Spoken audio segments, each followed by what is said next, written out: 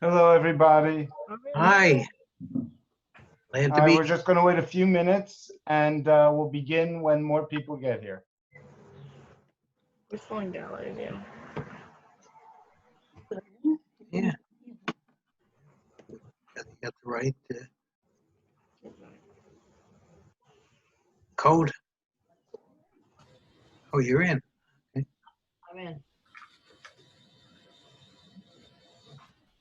As they say on Saturday Night Live, talk amongst themselves.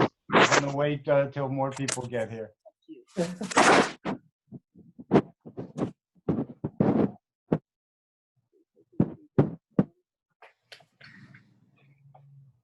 So weird to have a bed in the background. Maybe I shouldn't have that. Benji, how do you change the background? Benji, how's your day going? Hi guys. Hello. Hi Hi. there. Now I want to get the whole thing. I don't know how to do it. To Okay. get everybody. Move your cursor up to the top, and you should see something that says Gallery View, and hit that. There's no gallery view. Yeah. Up in the right-hand corner. There's an X and a thing. That's it. It's One not minute. on- This is he- closed. Okay, That's I the found left-hand it. I found it. Yay! Now you see everyone. I see everybody now. That's the answer. Okay, now I know I had to go there in the corner and then do it. That's good. So yesterday was lovely. I enjoyed. Oh, good. Yeah, it was very nice. What's going to happen when we start is I'm going to mute everybody. Okay. And if you have questions, if you go to the bottom of your screen, you'll see where it says chat. If you hit chat, and I'm going to do it now to all of you, you hit chat and you write something in chat, so you can write questions if you have it. And then it'll appear on everyone's screen, or you can send it just to me. And at the end, I'll answer any questions that come up. Okay. Does everybody understand that? Do you have any questions? No. Okay. In that case, I'm going to mute everybody in about 1 minute. So you have 1 more minute to say hi to everybody. And then I'll start talking. Okay. Hi, Inga. I can see you. I couldn't see Inga yesterday. Hello, Inga. How are you? We did not see you yesterday, although you were on, but we didn't see you. Yeah, that's it.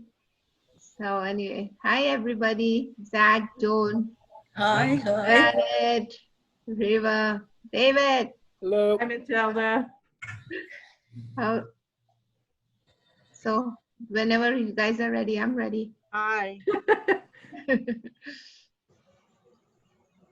Where? everybody.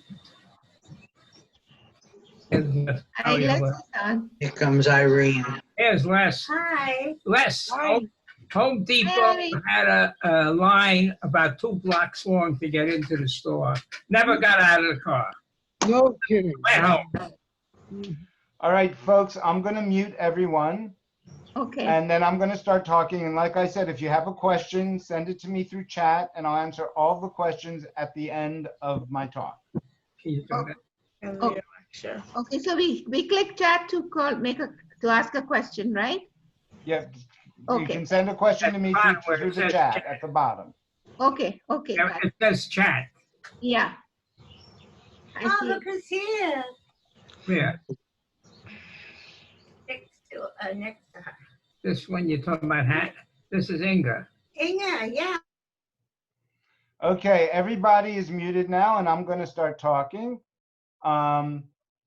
And some of what I'm going to say, a lot of you may already know, because I'm going to start with the very basics. But I'd rather tell you stuff that you know than not tell you and find out I should have. So we're going to start with the basics and get into more complicated things as we go on. In order to talk about Shavuot, we actually have to start the second day of Passover. Because the second day of Passover, we start what's called Sphira, or the counting of the Omer. And that is the counting of 49 days, which we just finished last night, between Passover and Shavuot. In fact, that 49 days equals 7 weeks, and the word Shavuot means weeks. You'll often hear it referred to as the Feast of Weeks. What would happen is every day a different sheaf of grain would be brought to the temple, and that ultimately 49 sheaves over 49 days, but from each person, and that is the counting of the Omer. It's also a very sad time in Jewish history, because during this time there was both a war and a plague, and the plague killed most, if not all, that depends on whose interpretation of how many you listen to, of Rabbi Akiva's students.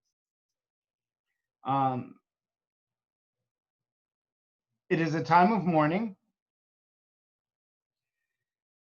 It is also a time to remember the massacre after the Bar Kokhba revolt. Bar Kokhba was a great general who revolted against the oppressive government of the time, and he failed. In fact, he was such an impressive general until he ultimately failed, that Rabbi Akiva, one of the greatest rabbis in our history, actually thought he was the Messiah and died thinking he was the Messiah. Obviously, he wasn't. Rabbi Bar Kokhba was killed, and we mourn the death of a massacre that happened after his death during the time of Sfira. Also, the Crusades against German Jews took place during this time as well. During this time, during the counting of the Omer, it is traditional to refrain from participating in any joyous events, to shave or get a haircut, or go to any event that involves music. Now, the Orthodox and right-wing conservatives take that very seriously and don't do that throughout the entire period of counting of the Omer, the counting of Sfira. However, in the conservative movement, there are two other interpretations. One says that you only observe it until Lag BaOmer, the 33rd day of the counting of the Omer, during which the plague let up and is therefore a joyous day. And therefore you don't count during, after that day, some Jews will stop these mourning rituals. Other conservative Jews feel that since what we are really mourning is a war that led to, the loss of complete self-government and self-sufficiency, since we have Jerusalem back and we have the state of Israel, these laws are no longer in effect at all and do not need to be observed. And actually, I say laws, that's actually incorrect. There's the only law for counting of the Omer is that you have to count. Everything else I just said is what we call minhag. It's a tradition. It is not commanded by Jewish law.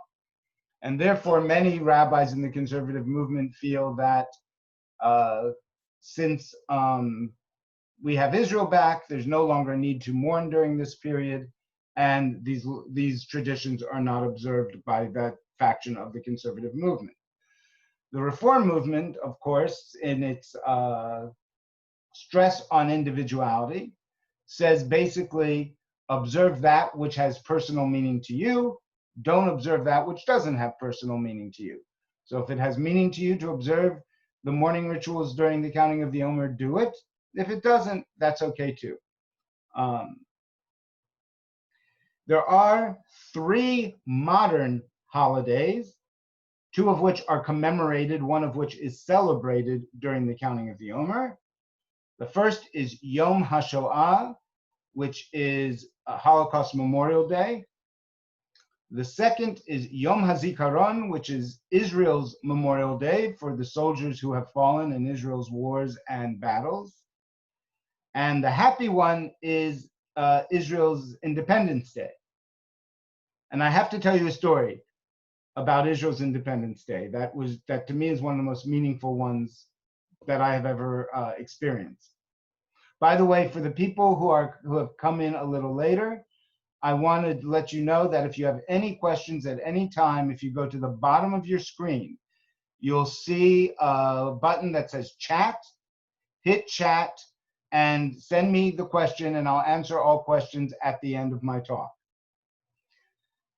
But going back to Yom Ha'atzmaut, Israel Independence Day, in 1998, I was a rabbi on a trip called March of the Living. March of the Living is a trip that takes high school juniors and seniors, 11th and 12th graders, for a week to Poland to visit the death camps, and then a week in Israel. They had gone through a lot of very emotional experiences by the time we were in Israel for Israel's Independence Day. And we were at an army base in an area called Latrun, which is right outside of Jerusalem. And among all the buses, because all of March of the Living was there, we had 4,000 11th and 12th graders from the United States and Canada. And they were celebrating. It was a party. It was Israel's Independence Day. And they were dancing and having fun and doing the things you would expect teenagers to be doing in such a situation. And then something remarkable happened. These kids who had developed such an appreciation for Judaism and such an appreciation for Israel over this trip heard the band starting to play Hatikva, because it was the end of the evening, and without a single adult asking them to, they snapped to attention and they sang Hatikva at the top of their lungs, belting it out with such incredible pride, these 4,000 kids from America and Canada, that no adult could sing because we were all too busy crying. It was one of the most amazing experiences of my life.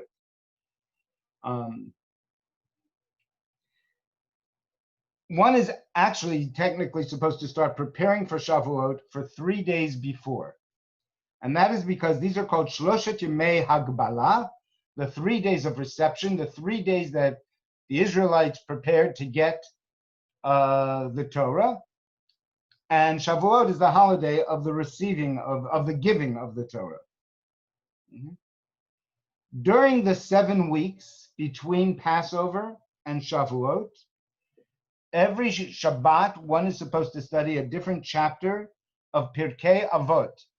Pirkei Avot is a section of the Mishnah which deals with all sorts of ethical statements, many of which you've probably heard quoted throughout the years. One of the most famous ones, which is a very popular song in Israel, is, watch, I'm going to blank on it now, is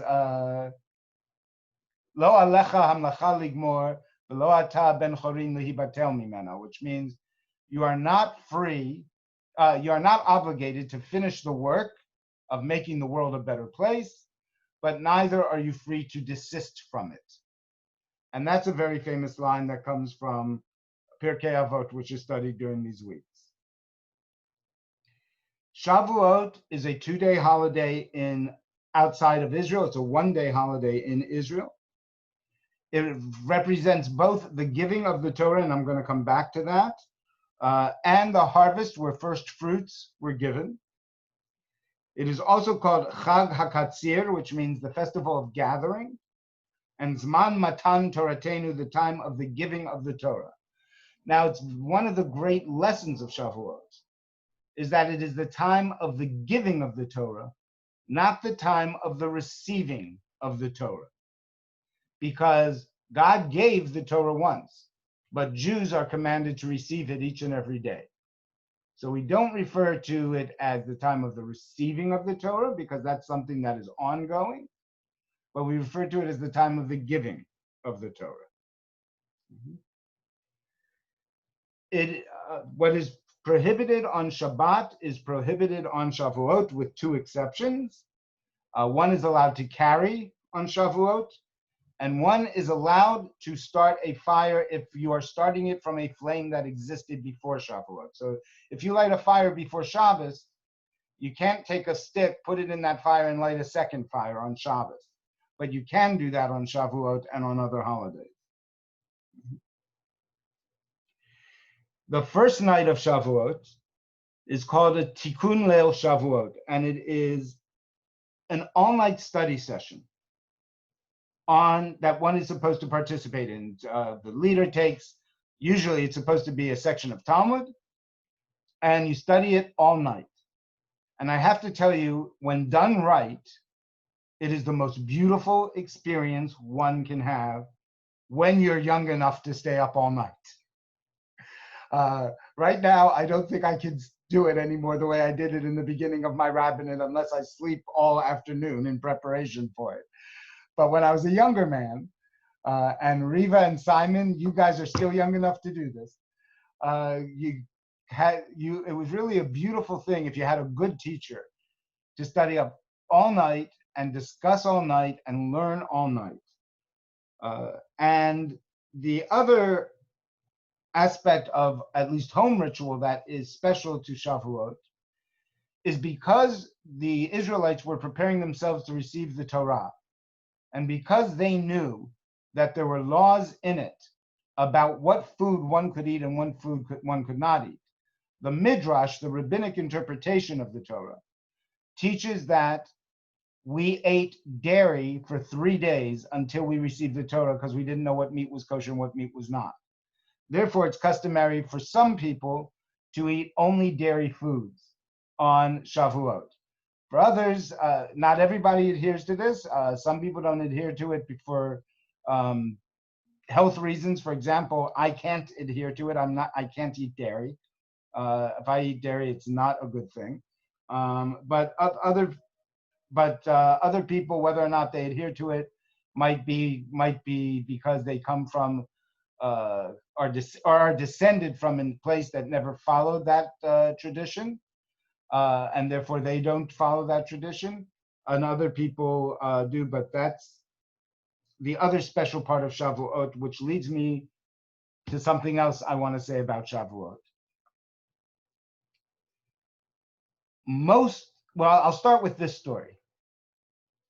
In, what year was it? 1991, it would have had to have been. I was teaching a very special class of 7th graders. In fact, I marked them as one of the 3 classes that I've enjoyed the most in all the years I've been teaching. And so I decided, I was a rabbinical student at the time, I wasn't a rabbi, but I decided I was going to invite all the kids to my home and their parents for a tikkun leil Shavuot that, of course, because they were 7th graders, wasn't going to last all night, but would last basically until the parents said to me, okay, I think my kids had enough. And I invited the entire family in, and I had it in my apartment, which was really a mistake because I had a very small 1-bedroom apartment and I had 8 kids and 2 parents for each kid. So try fitting that in a 1-bedroom. And I went into my kitchen to get the snacks, and one of the mothers said, here, Dan, I'll help you. And when she came into the kitchen, she said, I'm not really here to help you. I said, what do you mean? She said, I have a question to ask you and I'm too embarrassed to ask it in front of other people. I said, what is it? She said, what's Shavuot?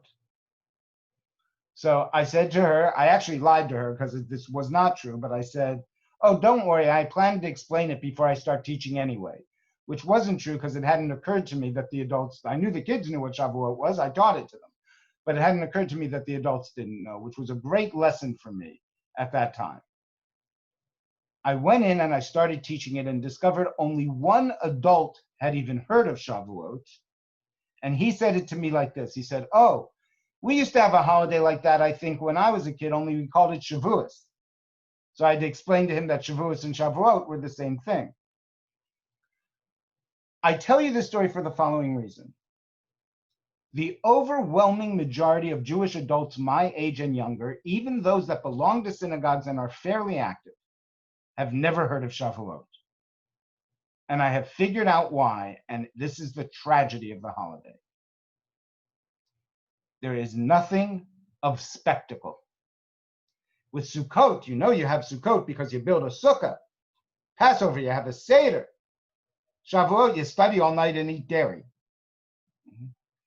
And I think that that's a great tragedy because the most profound moments of our lives are the small moments. They're the quiet moments.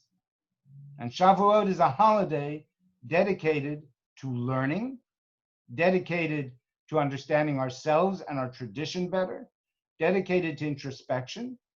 And I really think it's very sad that there is so little emphasis on it, especially considering It's a holiday where we celebrate God's greatest gift, the gift of Torah. During the service on Shavuot, we read special prayers called Akdamut. And the Akdamut were originally written by a rabbi named Meir of Orleans, and its original purpose was to give people help during the Crusades. There's something else we do on Shavuot, which I'm going to talk about in a moment. I'm going to talk about one last thing first, and then I'm going to talk about something that for me is the most profound moment of Shavuot.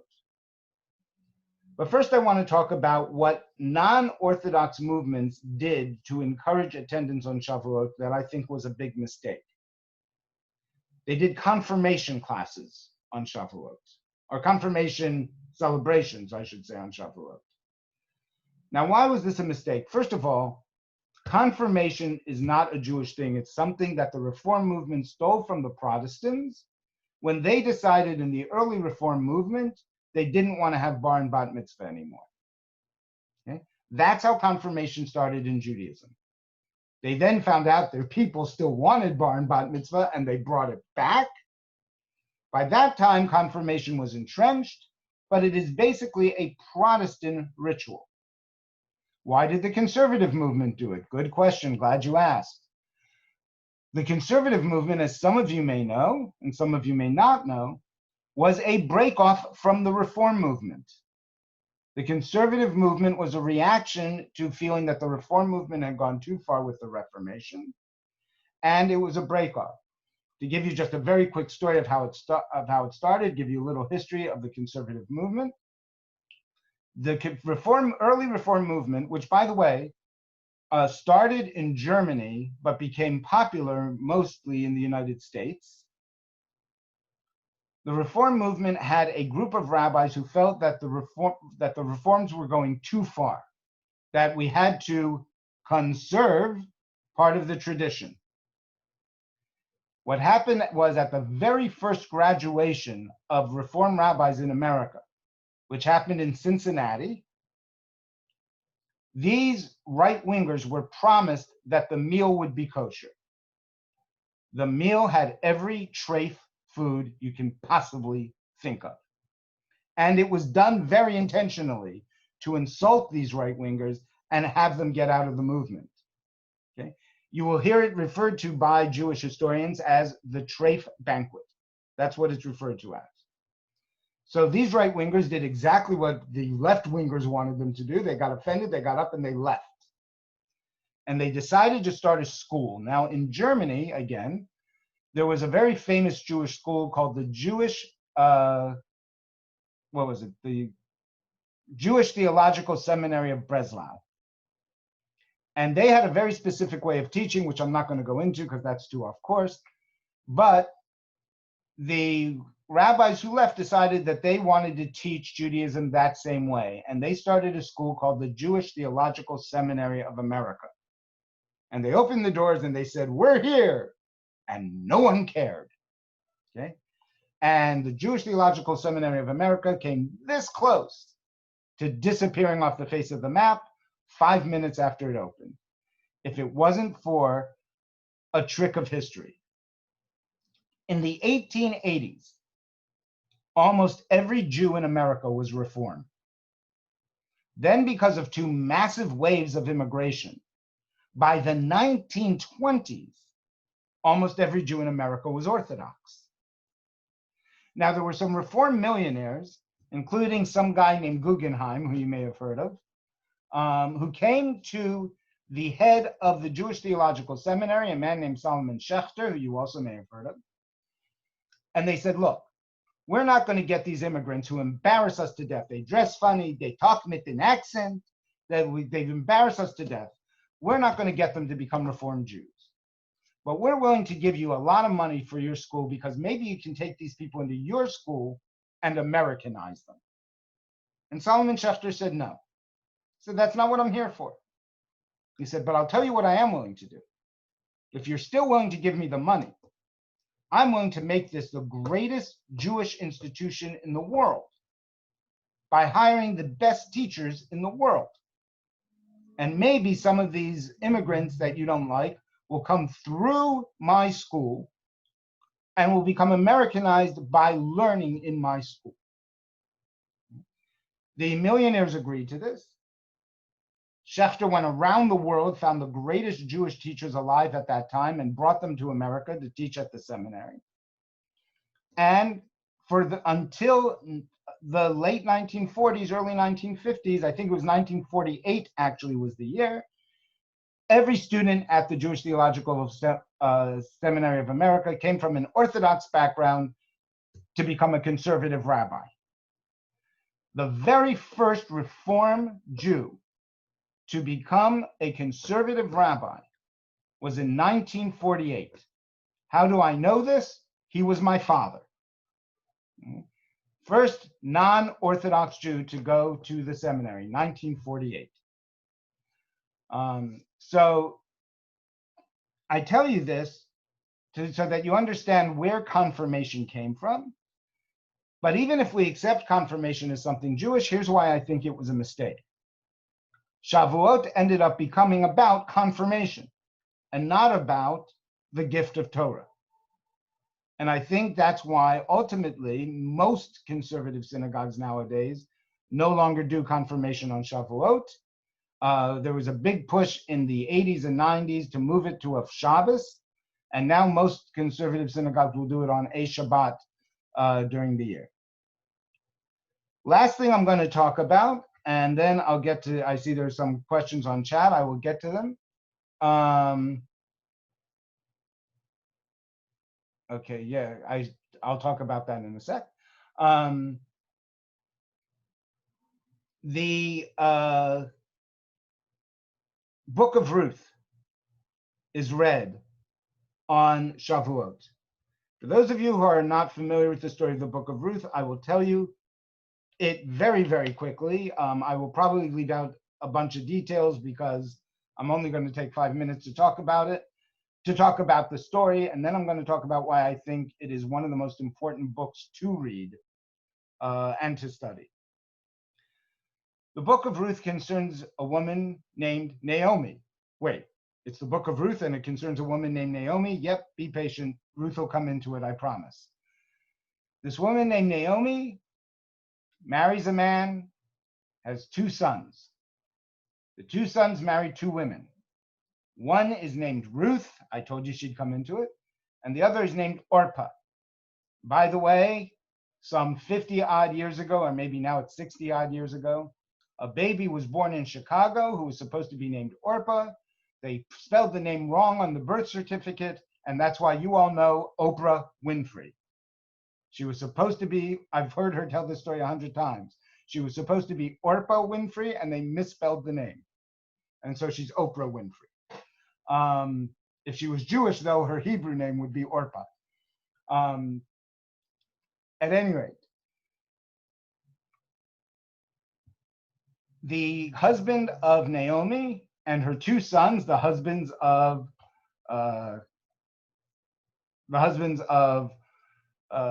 Ruth and Orpah, they died. Now, I don't know why, but when I was a little kid and I first heard this story, I was about 6, 7, or 8, I always imagined that they died in a car accident. But I can tell you that's historically not accurate. So I don't know why I thought that, but that's the image I had in my mind as a little kid. At any rate, they died. And Naomi said, I'm going back to the land of Israel to be with my family. And Orpah and Ruth said, we're coming with you. And Naomi said, no, you're not. Said, I have no more children to give you. I have no more husbands for you to have. Stay here among your own people. I have nothing to give you. Orpah gave her a big hug and a kiss and wished her well and left. And Ruth, in a very, very, very famous passage in the Bible, said, wherever thou goest, I will go. Your people shall be my people, and your God shall be my God. According to the rabbis, at that moment,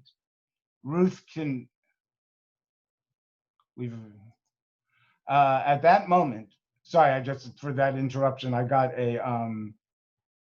a notification from Zoom that it's allowing us to have a little more time than was initially given to us. At that moment, according to the rabbis, Ruth converted to Judaism.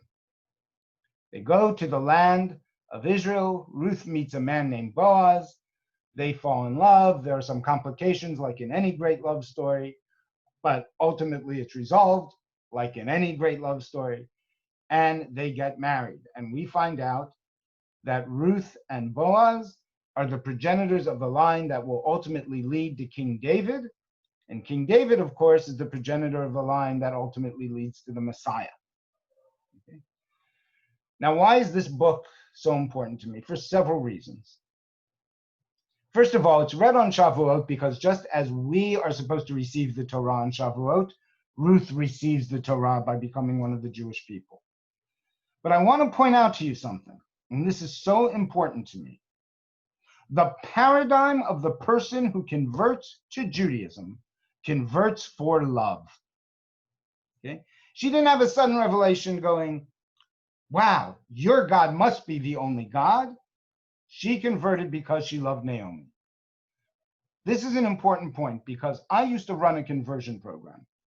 And the question that I would get all the time, which would offend me tremendously, is, are they converting because they mean it, or are they converting because they fell in love? Let me tell you something. If someone goes through a real conversion program, they mean it, because these things are not easy. Okay?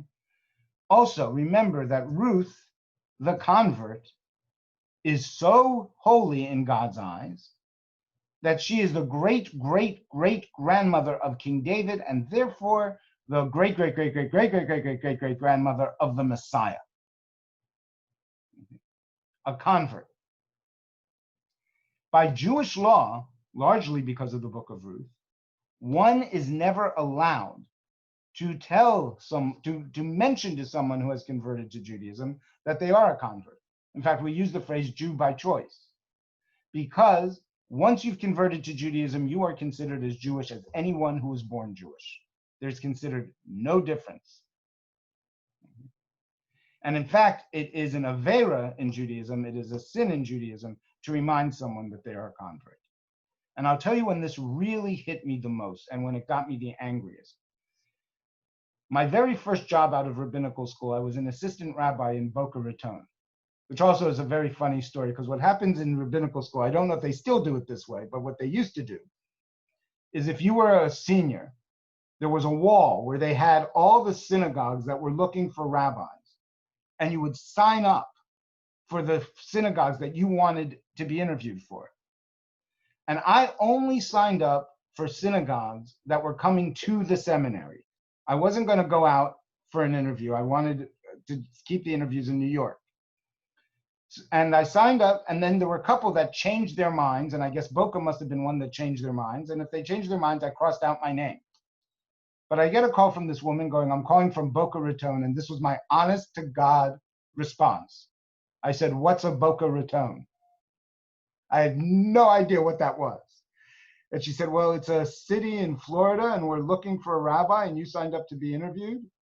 And I said, well, I really don't think I did sign up for it, because I don't even remember the name of the city. And she said, well, can I interview you anyway? And I said, well, sure. By the end of the phone conversation, I knew I wanted that job, and they flew me out to Boca, and I had a lovely weekend there, and I became the associate rabbi.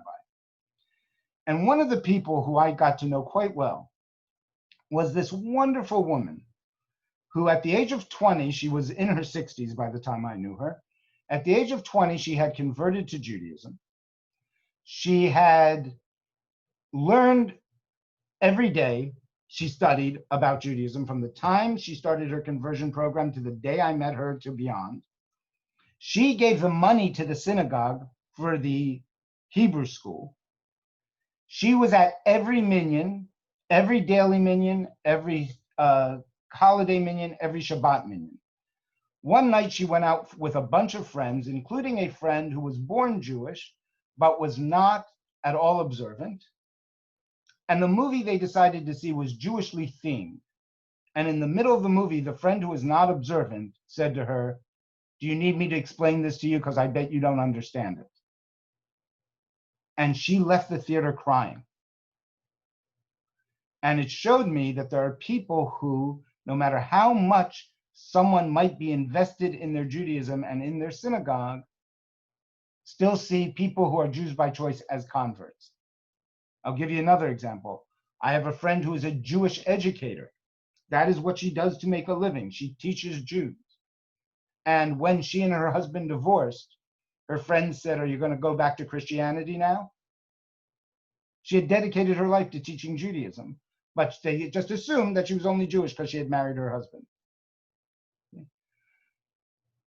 We need to understand that that is absolutely against Jewish law. In Jewish law, and it's largely based on the book of Ruth and what Ruth and how holy Ruth was considered by the tradition. When someone converts to Judaism, they're Jewish, period. Okay. Now, I saw there was a question on the chat. The question is, if it is your custom to light a candle for Yizkor since it falls on Saturday, when would you light? And then there's another, well, I'll get to the second question after the first question. I would light from an existing flame on Friday night. Actually, yeah, on Friday night, I would light from an already existing flame. So for example, I'm going to, before Yontif, turn one of my, on the stove, turn one of my things on to low so that I can light my Yortzeit candles. I light one for each parent so that I can light my Yortzeit candles on Saturday with an already existing flame. Second question, when during the service do you read the book of Ruth? There are a couple of different traditions with that. The tradition that I have followed and that I grew up following is the book of Ruth is read right after the Haftorah on first day of Shavuot. Some people I've heard read it on the second day of Shavuot, which surprised me.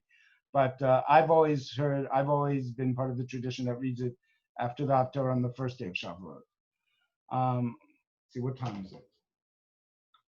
We have 6 minutes. So what I'm going to do now, since those were the only questions I got, is I'm going to unmute all of you.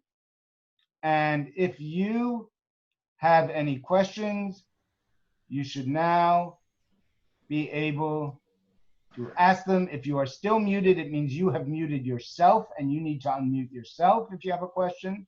If not, I open the floor to any questions for the next 6 minutes. Last Saturday, we were benching Rosh Chodesh.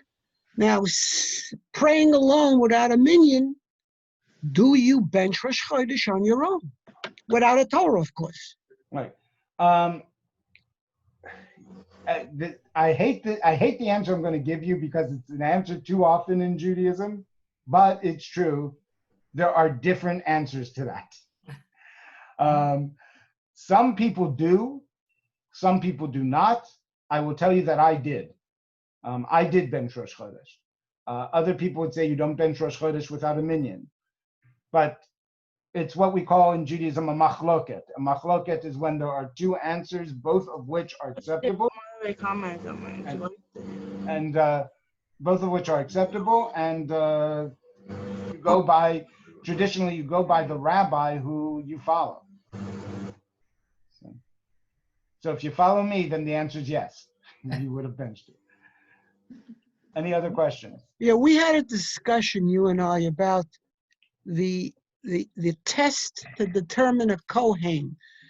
And you had said that they ruled that the test was not valid because they were non-Jews. That's not exactly what I said.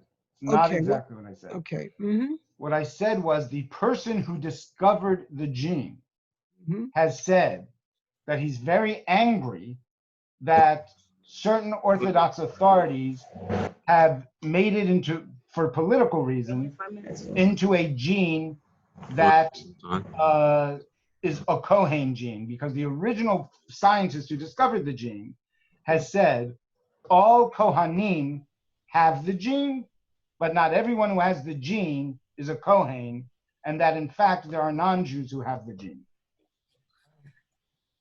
But let me comment on that. Did it ever occur that throughout history, Jews have been forced to convert to stay alive? Yes, but what he's saying is there are also Jews who clearly are not Kohanim, who have no Kohen blood, who also have the marker. He Yeah, said what but was he said what but- was fascinating is that all Kohanim have it, but not everyone who has it is a Kohen. For example, I'm not saying that I do because I don't know, but I might have it, and I'm not a Kohen. In fact, I can't be a Kohen because I'm descended from converts. My great grandfather converted to Judaism. So I'm definitely not a Kohen, but it's possible that I have the gene, and that's what he was saying. He was saying that he found it fascinating that everyone that he tested who was a Kohen had the gene, and that when he wrote this paper saying it was interesting, and then rabbis who had absolutely no scientific knowledge or medical knowledge whatsoever took it and went, "See, we can now prove who's a Kohen," and he's very angry about that. Mhm. So, and by the way, he's an Orthodox Jew. It's not Mhm. like he's very angry at that because he's a Reformed Jew and he thinks the Orthodox have co-opted it. He's an Orthodox Jew who's angry that the Orthodox rabbis have co-opted, that some Orthodox rabbis have co-opted. We have time for one more question. No? In that case, I wish you all Chag Sameach. Please, I hope you all got the email today. Next week, starting on Wednesday, I will be having a weekly Wednesday class. And starting a week from Monday, I'll be having a weekly Monday class. Check your emails for the information. I'm going to be sending an email out on Sunday that has the actual links to everything. So I wish you all Chag Sameach, and I hope to see you at the classes. And be well, everyone. Okay. Chag Sameach, everybody. Good Yantif. Thank you, Rabbi. Thanks. Thank you. See you all again. Bye.